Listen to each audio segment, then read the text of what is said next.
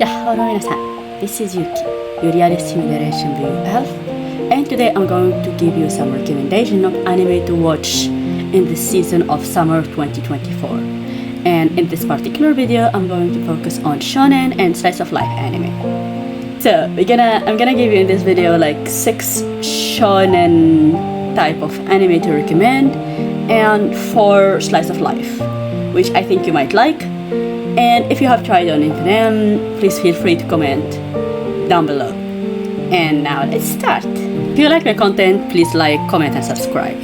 And the first recommendation I would like to give you today is Oshi No Season 2. It's also called in English My Star. And as you all know, there is no way to classify Oshi No as a romance because it's essentially like seinen. It has a lot of thrilling moments, a lot of interesting character, great voice acting, openings. Most of the time they pick up really popular artists, and more than anything, it's those lightening and also kind of stressful music that comes up with certain parts and the very unexpected plot twists and revelation that comes across during different parts of first season and also now in second season that makes it a really attractive show, and one where regardless of what you think about the controversy that came in the manga later on about the shippings, you would still follow it because that has never been the end goal of the series. For me, regardless of how much I worship Aqua or love Aqua, it doesn't matter to me who he end up really with as much as how he will reach his revenge and how he will execute it in more details. So, as you know, the story starts with Aqua and Ruby, who are the children of well-known young idol called Ai, and they witnessed their mother getting killed before them when they were kids. And then both of them pursue 2 different kind of life choices. One of them decides to become the best idol out there and realize her mother dream in her stead, and other one pursues to find out their real father, between parentheses and quotation, and execute his revenge. So for me, it's like all of those really unusual interactions, and at the same time kind of figuring out who's the positive light into Aqua's life, and at the same time who's pulling him up and who's pulling him down, and how he's managing with faking acting in some way, which is kind of funny. So I hope that you try it and you also look forward to the second season and enjoy it as much as I do. Another anime that actually attracted my attention this season is called Isekai Shikkaku, or No Longer Allowed in Another World. And if you have noticed, the title is very similar to a book called No Longer Human by Osamu Dazai. And I think most of you are more familiar with the Bungo Stray Dogs light novels or anime where we have the famous character called Osamu Dazai, who happens to be actually modeled after a real life person, writer, who committed several suicide attempts and double suicide attempts, and who of course at one point died from one of his suicide attempts. He's very depressed, he has a very dark point of view on life, and I think that his life experience and what he went through pretty much explains all of it. And again, I feel like if you know already the Osamu Dazai from Bungo Stray Dogs, you can as much understand the character of the main protagonist from No Longer Allowed in Another World, which is basically the same prototype of character. Well, the same character anyway, except the one in Bungo Stray Dogs is actually put as a detective in a fictional setting, while the one in No Longer Allowed in Another World is just the classical depressed Osamu Dazai writer, and that's it. But what if actually the classical Osamu Dazai writer was transmigrated to another world where they asked him to be a hero or to be an adventurer and save that world from monsters or the Dark Demon Lord? So it's kind of a parody or comedy show where they are just testing like how that person would react like in such a setting where they ask you to be a positive, cheerful hero who saves people's lives and brings hope and joyfulness to this other world. So I saw many memes about it and a lot of captions on different social media, and I was like, well, why not give it a chance? Because it looked funny, and then when I tried it, I was like, yeah, this is really funny, this is really relaxing. Because when you are looking always at seasonal anime, you see like a large pool of isekai anime, which I'm not a big fan of at all. Like if I end up one day watching an isekai anime, it means like it's really, really extremely good, and there is a point about it that makes you get into it no matter what. So I hope that you enjoy it, and also we keep watching and tell me what you thought about it too. My third recommendation today is Code Geass, the Roze of the Recapture. And if you have watched my video about mecha anime, then you would have heard me mentioning this one in particular. Because basically I cannot imagine nowadays anybody who's into the anime in general have not watched Code Geass. Unless they are extremely biased and they didn't just try it. Just try it and get trapped in it. So Code Geass is this really amazing mecha, political, social issues related whatever anime, which has been out like maybe 10-15 years ago, and we have loved it so much. We have really enjoyed the first and second season that we have given up actually the hope of seeing anything else made beyond that. Like there was the movie, yes, but like the movie felt like a really nice and neat closing to the whole story, although it gave some people hopes that there might be a sequel or something, but we didn't know really exactly what to think about it beyond that. And after the movie, there is actually a sequel that came out, which is Roze of the Recapture. And apparently, well, people were theorizing it is about Lelouch's daughter, but personally I don't think it's actually Lelouch's daughter, but anyway. So it's more like a side story using the Geass of controlling people, of possession. And what about, again, a war between Britannia and Japan, and there are rebels, as again happens. But instead of thinking of, kind of creating worldwide peace by controlling people and brainwashing them, how about somebody who actually works with other people, well, while controlling and brainwashing some of them, in order to save their maid? How about that kind of plot? Yeah, it's a bit kind of weird, but believe me, if you are looking for the same vibes, for the same kind of emotions that you got from Lelouch Lamperouche, no, you will not find them, because this is a totally different protagonist. Sakuya Hime, yeah. Sakuya Hime is totally different person. Like, she's more emotional, she's more expressive, she cares more about the people that she cares about actually, and she takes their position into consideration, and she prefers doing things step by step, like rather than just how can I really swipe everything under the rug and execute whatever I want.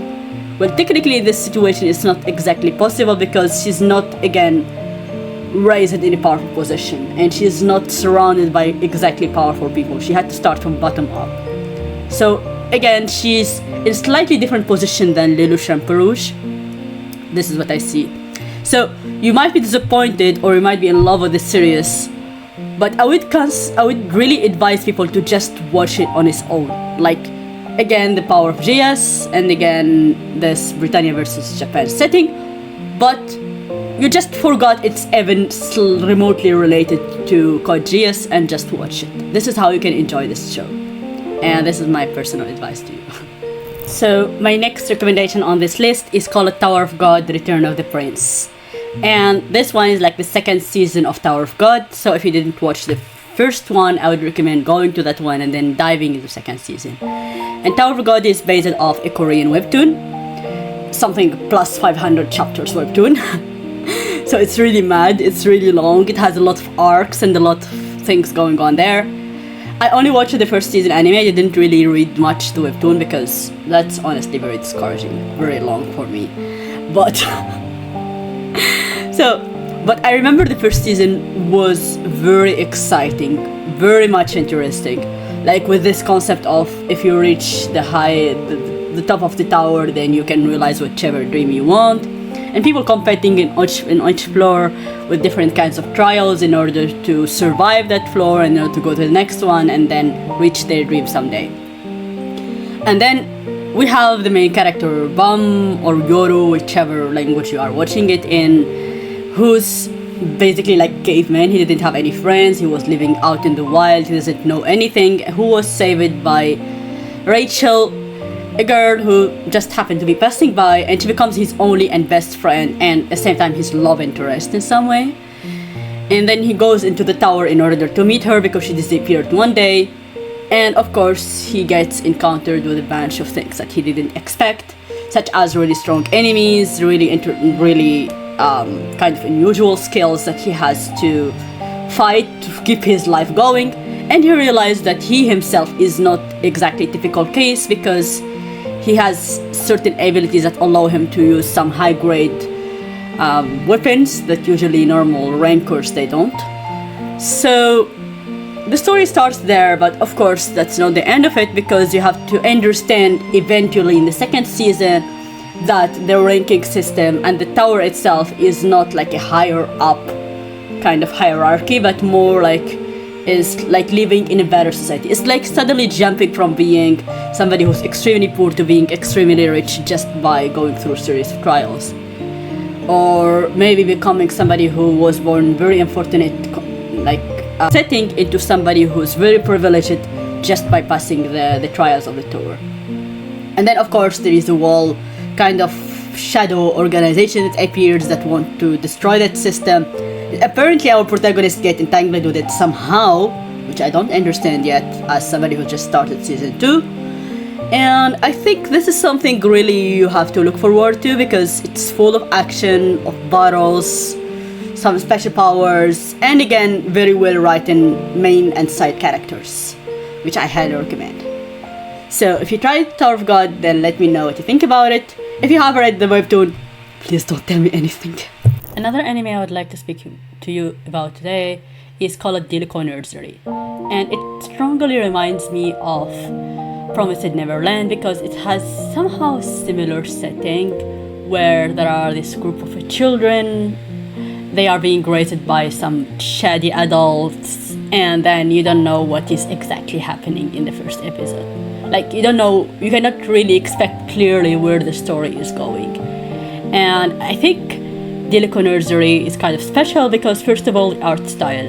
The art style reminds me so much of Black Butler and of really old animation, but at the same time it's kind of artistic, it's not just old. So it's kind of give you one of those 90s vampire type of anime, but it's not really that kind of anime either. So I'm really curious where it's going and how it's gonna evolve. It looks like from the plot of it quite fluff, because just to give you a quick summary, it's basically about this really famous detective who has retired really early after his wife died, because his wife asked him to take care of their children. She said that this is the only thing I ever ask of you, like, before I die, please give them as much love as you can ever do. And he took it to heart, like he seriously wants to do that himself, although he's kind of an aristocrat, although he's a man, he was like, no, I will take care of my children myself. Not the maids, not the butlers, not the nannies, I will do it myself. And then he was asked by some really important investigation unit to come back and to check some serial killer case. And his colleagues who have known him for a long while, they couldn't accept his new status and they went to persuade him. And one of them blurted out of anger, like, why not do both?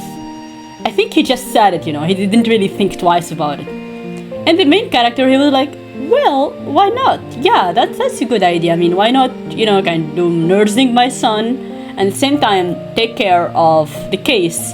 But I want you all to do this because you are all fathers and you all have children and you are clearly neglecting them and not loving them enough. And because they kind of challenged him and because they badly wanted him on this case, they couldn't just say, no, we are not doing it and we just give up on you.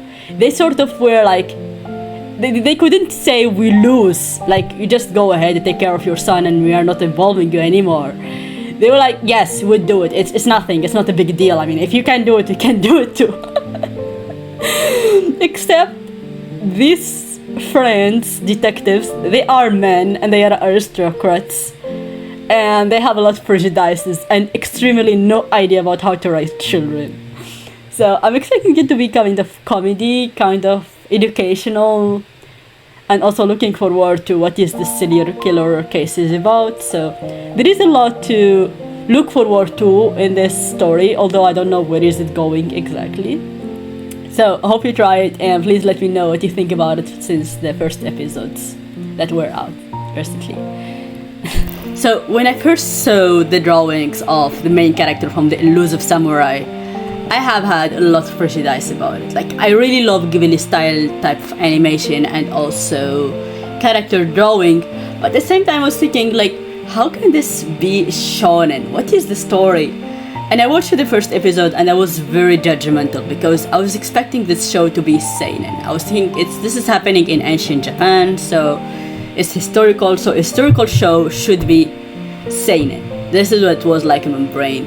But then I realized, no, this is maybe not the seinen. This is probably a parody for what historical animes typically are like. We usually expect the protagonist of a historical anime to be like really decisive and manly and strong and leadership skills and be charismatic and draw people around him and things like this. But what if there is actually a samurai in Japan history at some point, which we don't necessarily know about, who actually won by the power of running away, by running away strategically and showing up at the right moments and frustrating the enemies and making them come to him in the right place and time. He won his battles and he got back his throne. So that's really interesting perspective. Expect the really crazy, clearly liar shaman out there that is somehow claiming he will help the protagonist. I mean, he's definitely helping him, but the way he's behaving might not be as much convincing, and I totally get the same impression as the protagonist from him. So these are a bunch of children who are trying to help a future shogun in some way in order to reclaim back his throne after being overthrown and losing his whole family and people up to this rebellion. And I think starting the second and third episode, I started getting attached to it because when you see the true colors of the protagonist, not just cute Shota who's all the time blushing and running away, then you start appreciating him more. Like, he's really talented, he's good at fighting, but maybe not the conventional kind of fighting. It's slightly different from what we are used to. So I highly recommend it, and please let me know how you felt about it starting episode 3 or 4. There is a new anime called Shomin, How to Become Ordinary. And it was made by the same author as Hyoka, and even the color palette for the two main characters is very similar to the two main characters from Hyoka. The personalities, the vibes, the genre is almost the same. But there is a catch here, that the setup for, it's again high school. So I think what really made me watch it is because of how strange the relationship between the two main characters is. Like, yes, they are high schoolers. The bond between them is not that of couple, and it's not that of technically friends. It's slightly something different. It's like they met because they share the same idea, or because they caught each other during each other traumatic moment, or because they attended some strange event and how they connected. So I'm still honestly making theories about how these two main characters met yet. I didn't catch up to the most recent episode, but indeed, I mean, it's kind of really unusual. If you know Bakemonogatari and the Monogatari series, then you will get what I mean. It's a very unusual relationship. It has those really baffling, out of context moments where the characters say something really threatening or strange out of nowhere. And you might think it's not relevant to the context, but the reality of it is that it explains a lot about what's gonna happen next. And sometimes it turns out to be just a dumb joke. But to distinguish between when the character is saying a dumb joke and between when they are deadly serious and it relates to a past event or to something outwardly, then that's where your skills should show up. So, as you know from the style of Hyoka, usually they turn very small basic incidents into investigation cases. And it's like somebody thefted a bicycle. Why did this thief this? Why did this person take away the bicycle that don't belong to them? Or some cake falls. And why did this amazing, lovely cake falls? Honestly, I felt so heartbroken by that cake falling moment in episode 2 or 3. Like, I was totally destroyed inside. Like, how dare you drop the expensive, delicious cake? So, yeah, it's like they go on into this small investigation, and there is our main protagonist who's strangely really smart, but who really don't want to take the credit for his smart deeds at all. And he hates the idea of being smart or being weird or whatever it is, and he wants to become ordinary. Like, he absolutely loves becoming a mob. He wants to live as a mob. It's almost a bit like Psychic So. Like, he hates the fact that he has some abilities or power or extra smartness, and he wants totally to live as a mob. But the end of the day, you cannot really live as a mob if you have a personality and if you have skills. Like, it's so hard fundamentally. So I'm wondering what you think about it. I'm wondering which part of this show you are enjoying or not. It might be not everyone's cup of tea, and it's a bit like kind of slow paced because naturally there is not like any major goals or villains or events happening. But honestly, I'm enjoying it so far. Like, it's really interesting in its own way. So the next one I'm going to introduce to you now is called Suicide Squad Isekai Quartet. And if you're familiar with Marvel and Marvel Series and Marvel Heroes, then this particular anime is for you. Because it was done in collaboration with Marvel, and they took away some of the really famous kind of characters such as Harley Quinn and the Joker and similar ones. And personally, I'm not really a great fan of Marvel. I haven't really watched all the series and all the characters and all the versions in comics and in the movies and whatever you want to say. But I occasionally went for some Marvel movies with some friends. Like, I'm not totally against it. I probably know a bit about the plot here and there, but not necessarily the whole lore. So I really enjoy it. I'm really enjoying right now the Isekai Quartet, because it's saying, okay, you know what? You know a bit about these characters, a little bit about their personality, and a little bit about their past from whatever Marvel series you have watched. But you don't necessarily need to know that much in order to enjoy this one, because these characters are going to take it away from their own worlds and realms and throw it into an isekai, like a totally kind of different world where they have to be used by the government in order to achieve a certain government goals. And for that kind of goal, they have to use their crazy serial killer powers in order to attack these monsters or primal tribes or anything. And of course, you are sending serial killers into another world, but at the same time you want them to be obedient and follow your orders? That sort of don't make as much sense.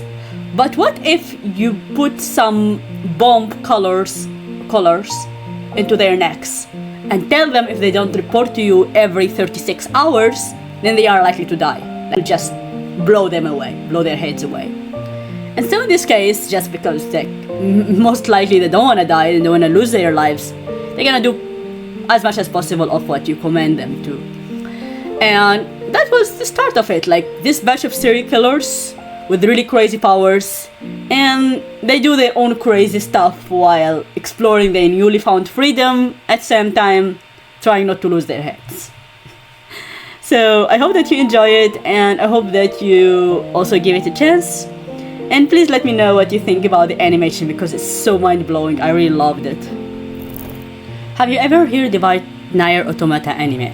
Which is actually stemming from a game called Nier Automata, which is a sequel for a game called Nier, and this game is also a sequel to another game called Drakengard.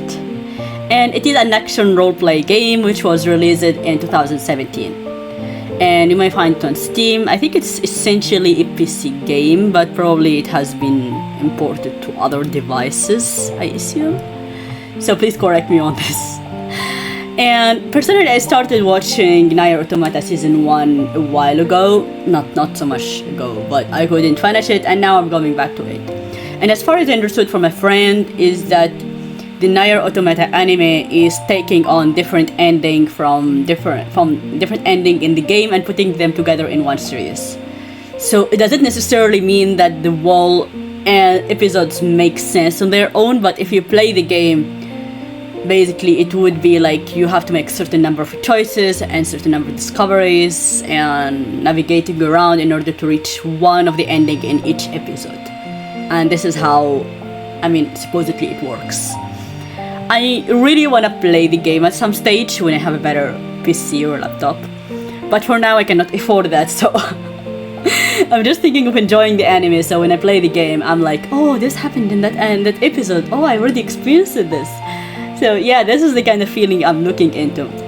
But aside from that, if you have went into any anime conventions recently or maybe last year, you would have surely seen some cosplays of 2B, especially 2B. And if you are lucky, you might have seen some cosplays for 9S. I would love to see cosplay for 9S, but I only saw 2B. She herself is so cool.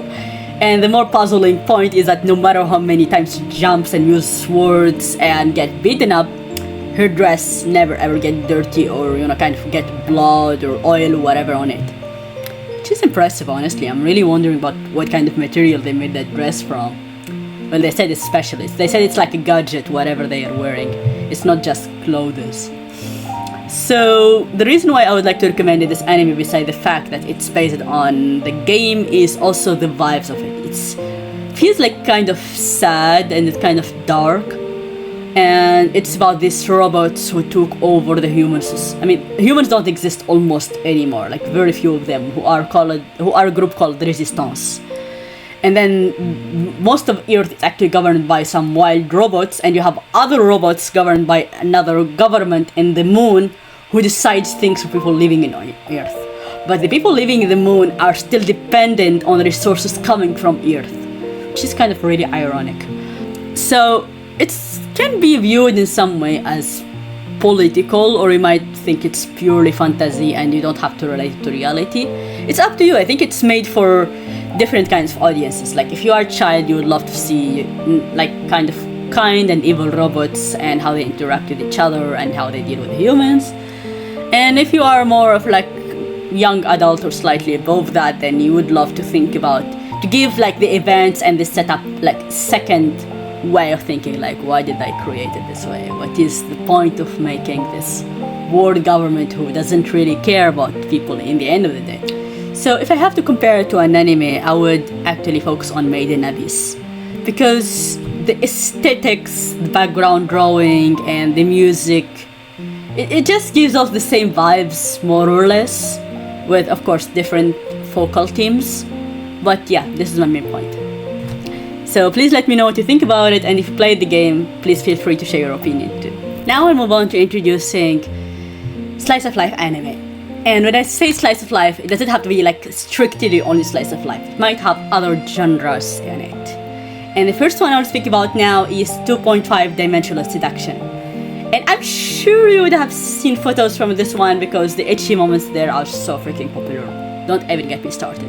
And that's what initially discouraged me from starting this show. I was like, nah, no. I'm not getting into show for the demon ecchi moments in it. But then I realized that, oh, it's actually about cosplay, and I really love cosplaying, and I go to conventions to see cosplayers and talk to cosplayers, and I myself do some casual, non-competitive cosplaying sometimes, so why not?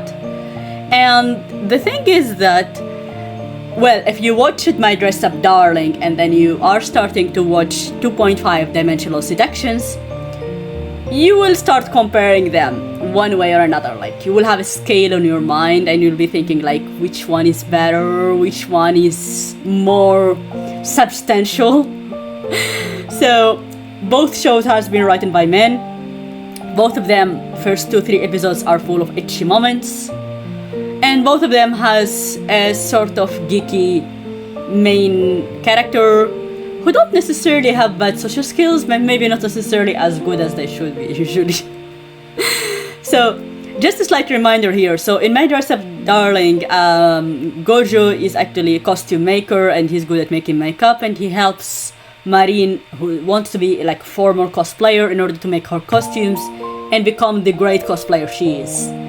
And then in 2.5 Dimensional Seductions, the main character is a full-out otaku who loves manga, who loves anime merch and everything.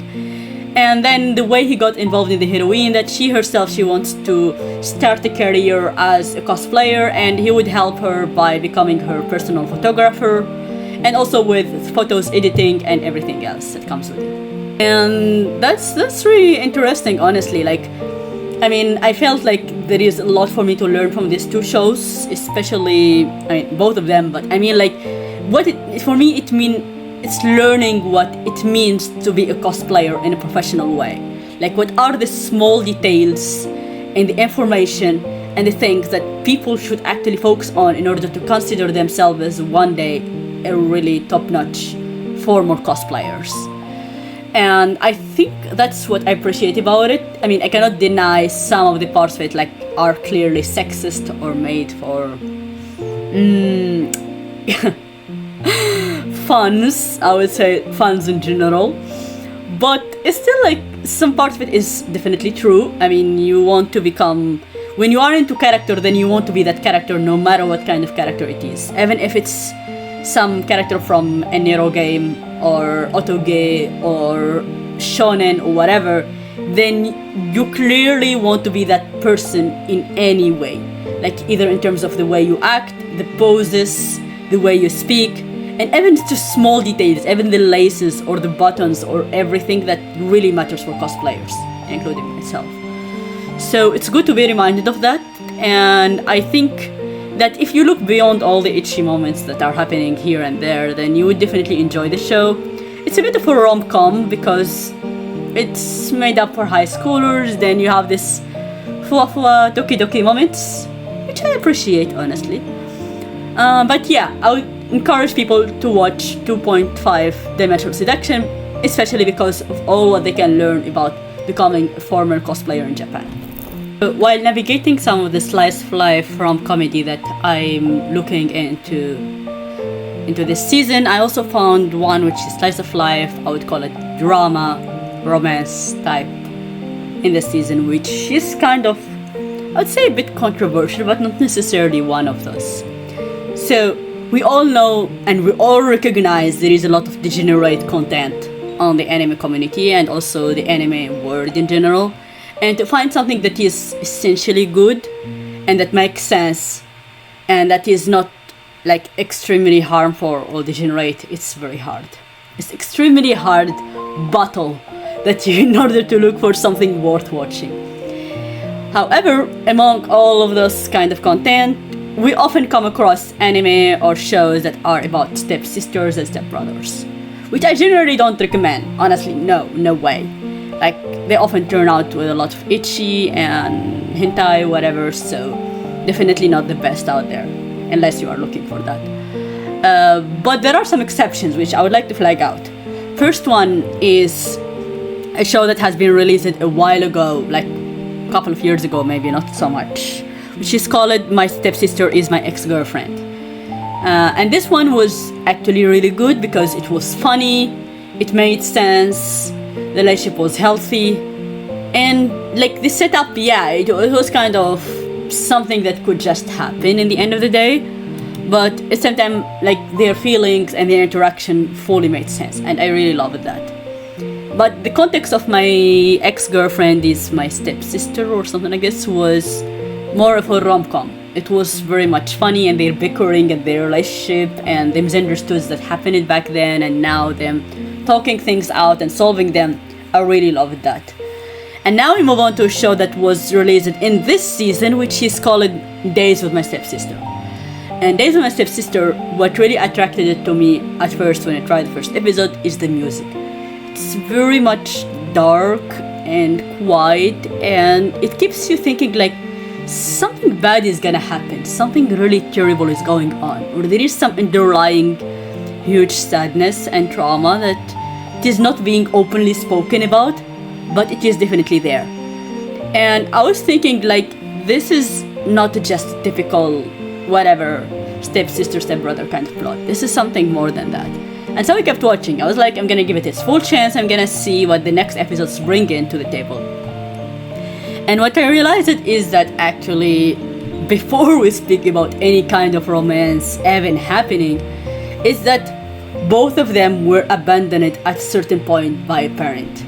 And both of them are so terrible at relying on others and a bit bad at kind of prioritizing themselves in many of the cases. And most of the episodes goes on with a lot of them having these kind of socio-philosophical talks which I really like it. Like, I mean, we don't always need these kind of short and dumb conversations to pass the time and feel better. Sometimes it's good to think things over. Like, it's not just about you or about your feelings, but also about social perception, about why you want to stand out or why you don't want to stand out, and why you would kind of support somebody that you didn't think before of supporting, and what does the people around you in this new family and new setup means to you over time. So I think I'm really loving it so far, and I love the vibes, I love the conversations, and regardless of whether a romance occurs or don't occur, for me it has been done in a way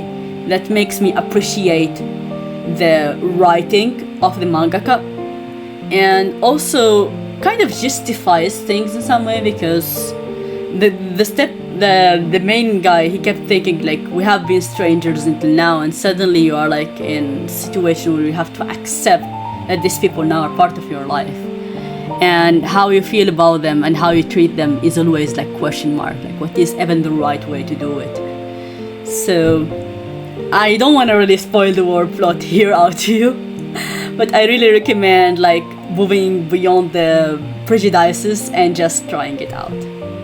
Finally, I would like to speak to you today about the last anime, which is slice of life comedy that I would like to recommend, and it's called Makeine Too Many Losing Heroines.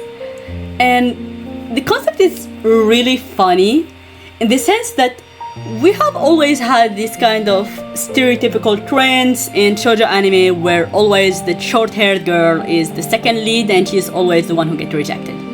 Which is kind of dumb, but yeah, you will notice the trend if you go from, I don't know, 2008, 2010 animes into 2016, 17 animes. Most of the time, almost 90% of the times, the short-haired girl is the second lead and she's the rejected girl. And somebody was sitting down in their house and they were thinking, why not make an anime about these rejected girls? Why not put them all together in the same show? What about that? And when they mean putting them together, it's not like creating a harem or whatever, nothing like dumb like that. It's more like just putting an observer in high school, and it's like that guy friend who always hears your worries and your issues. And in this case, he ends up hearing the rejection stories and witnessing them of at least 3, 4, 5 girls in his circle. Without even intending to, he just gets suddenly pulled up into these stories and to these really embarrassing and difficult situations, having to being like not only offer it, but more like forced to listen to them. Especially the protagonist, the blue-haired girl, she's mad. She's psycho. You'd be watching the first 2 episodes and thinking like, it hella makes sense that she got rejected. I would never ever date somebody as mad as that. Like, I mean, if you already got rejected, you don't stay around your crush, like holding candles for him and his girlfriend. Like, things moved on. You should move on with your life too, or you should maybe kind of change the circles or change your point of interest or anything. But it's also about the difficulty of moving on. Like, you might all, especially when we were teenager, you know, like we all thought like, oh, I'm gonna forget about him, I'm gonna move on, and then the next minute you're just crying your eyes out and eating cake. Literally, that's what happened to most of us at some point. So I think I really love it how not every heroine is the psycho, like the female, like the blue-haired girl. Some of them just took things in a very strong way and focused on their hobbies, on their athlete careers. Others are just too shy, or they are too weeby, I would say. And some others were more straightforward and they just confessed it openly. So I love how they showed the different dimensions of losing heroines and the different kinds of love interest they might be into. Some of them are into the studious smart types, others into the sociable one, others are into, I don't know, the popular guy out of nowhere. So it's pretty much realistic, but in a funny way, and I would really encourage people to watch it. And I know when you see slice of life and comedy, you are most of the time you're like maybe not, but this one was really hella funny. It's like a good change of pace. It's not as predictable as you might think it is, but at the same time it feels very much realistic. So with this is the end of my recommendations for the shonen slice of life animes for this season, and please look forward to my next video about shoujo summer 2024 animes. And thank you. Bye bye.